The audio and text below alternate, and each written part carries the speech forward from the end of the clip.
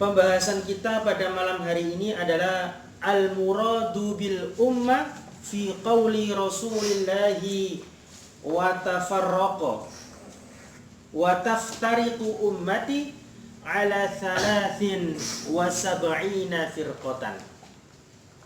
Ini adalah pembahasan yang sangat penting karena pembahasan tentang terpecahnya umat Nabi Muhammad menjadi 73 golongan ini seringkali dipelintir-pelintir oleh segelintir golongan yang tidak bertanggung jawab, mengatakan bahwasanya 73 golongan. Dalam hadis Nabi mengatakan yang 72 masuk neraka, yang satu masuk surga. Nah, sebagian golongan itu sama-sama mengklaim mereka lah yang satu golongan tersebut, mereka lah satu golongan yang masuk surga. Nah, ini kan berarti kita harus memahami hadis itu sesuai dengan apa yang digendaki oleh siapa?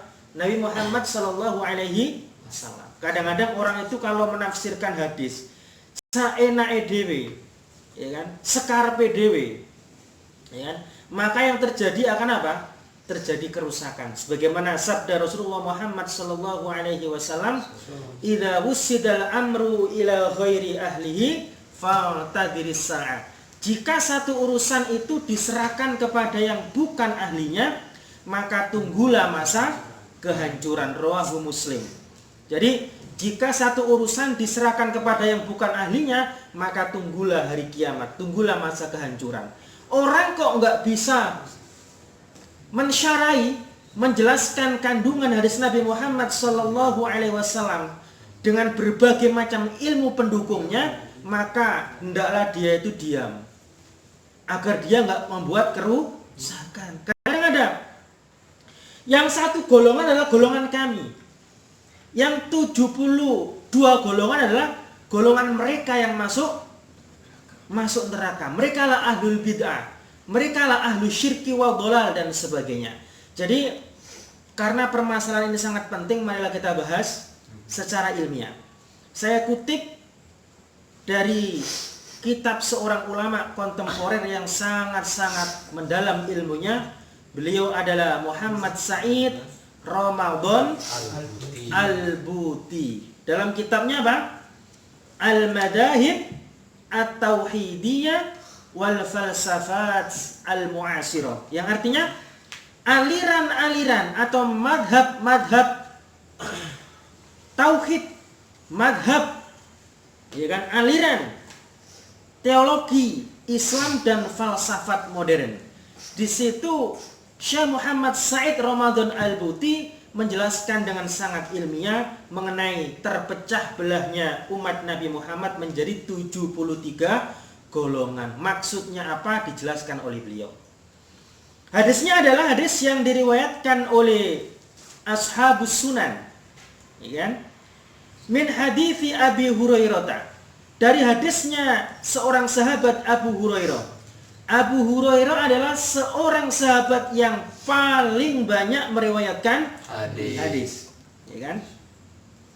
Beliau Rasulullah Muhammad sallallahu alaihi wasallam bersabda, "Iftaraqat al-yahudu ala 71 firqatan wa tafarraqat an-nasara ala 72 firqatan wa taftariqu ummati ala 73 firqatan." Jadi itu adalah hadis redaksi yang pertama, menjelaskan bahwasanya iftaraqat al-yahud ala 71 firqah. Kaum Yahudi akan terpisah, akan terpecah belah menjadi 71 golongan. Umat siapa? Umat Yahudi. Wa tafarraqat an-nasara ala 72 firqatan. Sementara kaum Nasrani terpecah belah menjadi 27 apa? 72 golongan. Jadi orang-orang Yahudi terpecah menjadi 71 golongan. Nasrani terpecah menjadi 72 golongan.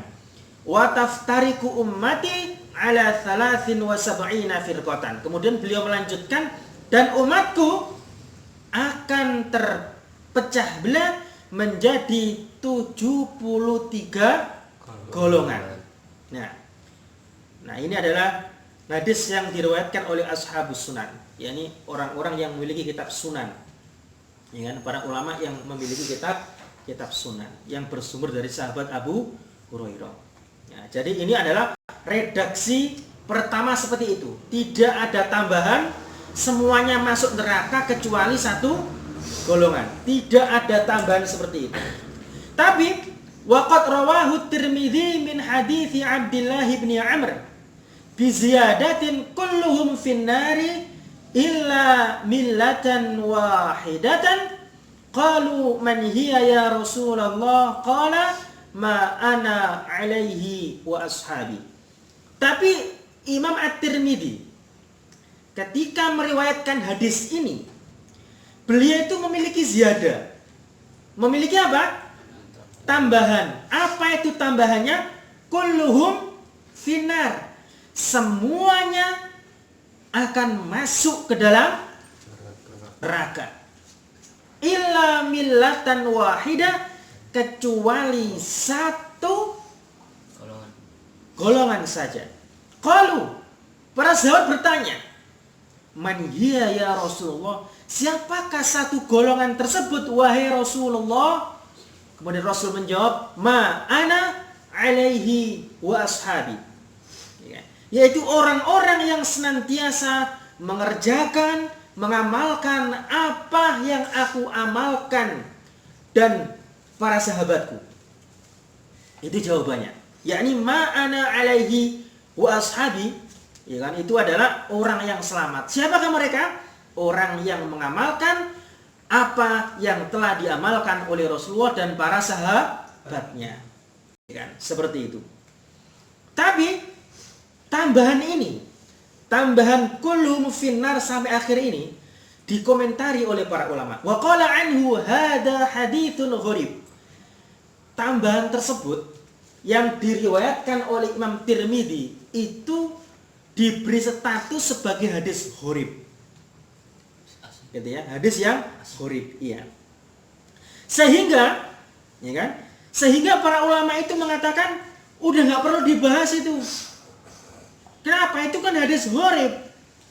Tapi dibantah oleh Syekh Muhammad Sa'id Ramadan Al-Buti bahwa beliau mengatakan, wa fil ulama man yunkiru hadhihi ziyada wa yudha'ifuha. Di kalangan ulama ada yang mengingkari ziyadah atau tambahan tersebut dan mendoifkan hadis yang diriwayatkan oleh siapa? Tirmidzi.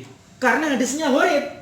Jadi ulama itu kulluhum finnar illa millatan wahidatan. Qalu man hiya ya Rasulullah? Qala ma ana alaihi wa ashabi. Itu didoifkan dan diingkari oleh sebagian ulama. Tapi oleh Syekh Muhammad Sa'id Ramadan Al-Buti mengatakan illa anna hadhihi ziyadah lam yanfarid bi dzikriha Tirmidzi. Akan tetapi tambahan tersebut kulum finar sampai akhir itu sebetulnya tidak hanya diriwayatkan oleh Imam Tirmidzi, tapi juga diriwayatkan oleh yang lain. Siapa? Bal rawaha bi alfadin qaribatin Abu Dawud min hadithi Mu'ad radhiyallahu anhu. Tapi Imam Abu Dawud, ya kan, juga meriwayatkan hadis yang sama dari siapa? Mu'ad radhiyallahu anhu. Wa rawaha Ibnu Majah min hadithi Abdullah bin Abbas, dan juga diriwayatkan oleh Ibnu Majah dari hadis Abdullah bin Abbas. Jadi konklusinya, kesimpulannya bahwasanya hadis kullum finnar illa millatan wahidah ini adalah tetap menjadi satu topik yang harus dibahas. Kenapa? Karena hadisnya tidak dhaif, tapi hadisnya itu bisa dipertanggungjawabkan. Hadisnya makbul. Gitu ya. Karena mengapa? Karena ini bukan gharib. Kenapa? Karena yang meriwayatkan dengan tambahan kulum finnar tidak hanya Tirmidzi, tapi Abu Dawud dan Ibnu Majah juga. Oleh karena itu hadis ini seringkali menjadi perdebatan. Umat Rasulullah terpecah menjadi 73 golongan. Yang 72 masuk neraka kecuali satu golongan. Sehingga ini kan menimbulkan tanda tanya. Siapakah 72 golongan yang masuk neraka itu?